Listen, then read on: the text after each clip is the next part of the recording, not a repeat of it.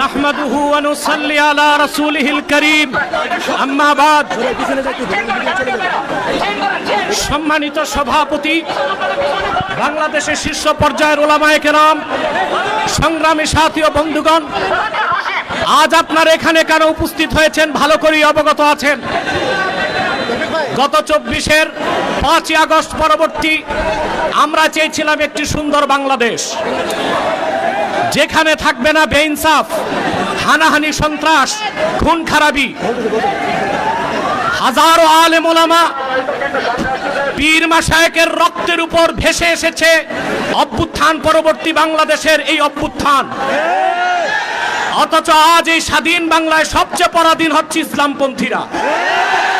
তাদেরকে জঙ্গি তকমা দিয়ে পরাজিত পতিত ফ্যাসিবাদী সরকারের ভাষা এখন শোনা যাচ্ছে বর্তমান সরকারের কিছু দায়িত্বশীলদের মধ্যে। যেভাবে ১৬ বছরের ফ্যাসিবাদ ভেসে গেছে, আরেকটা বিপ্লবের তোরে মার্কিন দালাল যারা বাংলাদেশে মার্কিন এজেন্ডা বাস্তবায়ন করতে চাও তারাও ভেসে যাবে। প্রিয় ভাইরা, আপনারা দেখেছেন জাতিসংঘের বিতর্কিত মানবাধিকার কমিশন ঢাকায় কার্যক্রম শুরু করেছে।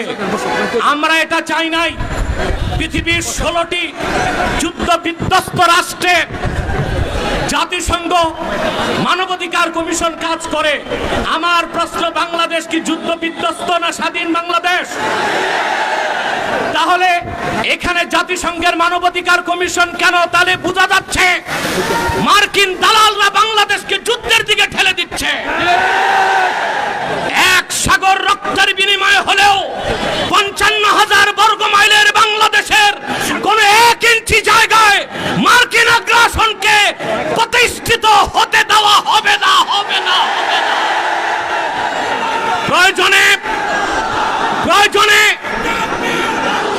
সাইফুদ্দিন কুতুস, রুকনুদ্দিন বাইবার্স, শাহজালাল ইয়ামানির উত্তরসূরিরা আরেকবার দেশের স্বাধীনতা রক্ষায় সশস্ত্র বিপ্লবের ডাক দিতে বাধ্য হবে।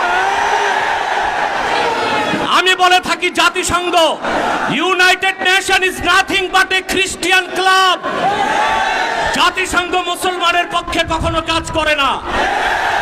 অমুসলিমদের অধিকার রক্ষাই তাদের কাজ। গাজাতে বছরের পর বছর নিরীহ মুসলমানকে হত্যা করা হচ্ছে, সেখানে মানবাধিকার কমিশন কেন না? কাশ্মীরে মুসলমানদের হত্যা করা হচ্ছে, সেখানে মানবাধিকার কমিশন কেন না? চায়নার উইগুরে মুসলমানদের হত্যা করা হচ্ছে, সেখানে মানবাধিকার কমিশন কেন না? আমরা জানি মানবাধিকার কমিশন কেন। আল্লাহ ও তার আখিরি নবী নূর নবীজি মুহাম্মদ সাল্লাল্লাহু আলাইহি ওয়াসাল্লামের আরশচুম্বী সম্মান মর্যাদার বিরুদ্ধে যে কুলাঙ্গার সাতেম কাফেররা বক্তব্য দিবে, তাদের শাস্তির দাবি করলেই মানবাধিকার কমিশন তাদের পক্ষে ঢাল হয়ে দাঁড়াবে। খেলাফত প্রতিষ্ঠার কথা যারা বলবে, জিহাদের কথা যারা বলবে, জঙ্গি তকমা দিয়ে তাদের কারাগারে বন্দী করতে চায়, আর সুযোগ দেওয়া হবে না।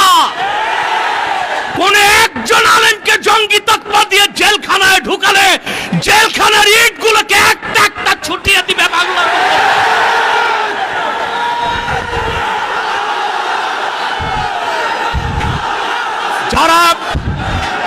যারা শরিয়া রাষ্ট্র চায়, যারা জিহাদে বিশ্বাসী, তাদেরকেই পশ্চিমারা জঙ্গি বলে। আর যারা বুলেট নয়, ব্যালটের পূজারি, ওইসব পীর আর মৌলবীদেরকে পশ্চিমারা মডারেট মুসলিম বলে। তারা মডারেট মুসলিম না, মুনাফিক মুসলিম। প্রিয় ভাইরা, জঙ্গি শব্দের উৎপত্তি কখন থেকে?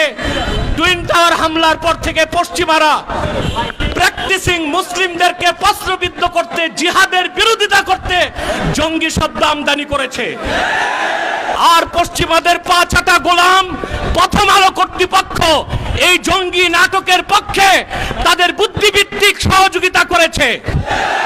সেজন্য আমি বলবো, মুজিবের ৩২ নাম্বার যদি ভাঙ্গা যায়, প্রথম আলোর অফিসকে মাটির সাথে ঘুরায় দিতে হবে। এটাই বাংলাদেশের আলেমদেরকে জঙ্গি তকমা দেবার ন্যারেটিভ তৈরি করে।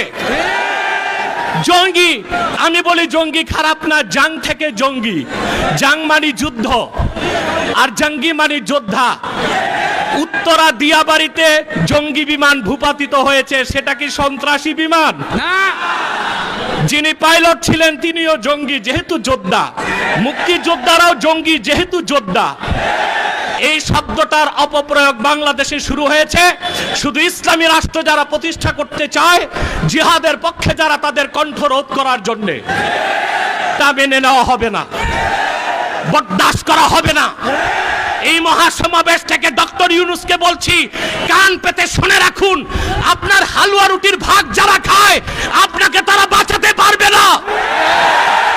অনতি বিলম্বে উলামায়ে কেরামকে জঙ্গি তকমা দেওয়া বন্ধ করতে হবে। যে সমস্ত নির্যাতিত আলেম কারাগারে আছে তাদেরকে মুক্ত করে দিতে হবে। আর জাতিসংঘের বিতর্কিত কমিশন কার্যক্রম বন্ধ করতে হবে, নতুবা আমরা মার্চ টু যমুনা দিতে বাধ্য হব। আর অন্যান্য নেতৃবৃন্দ আছেন, তাদের বক্তব্য আপনারা শুনবেন। আমি আপাতত বিদায় নিচ্ছি, আপনাদের সহযোগিতা চাই।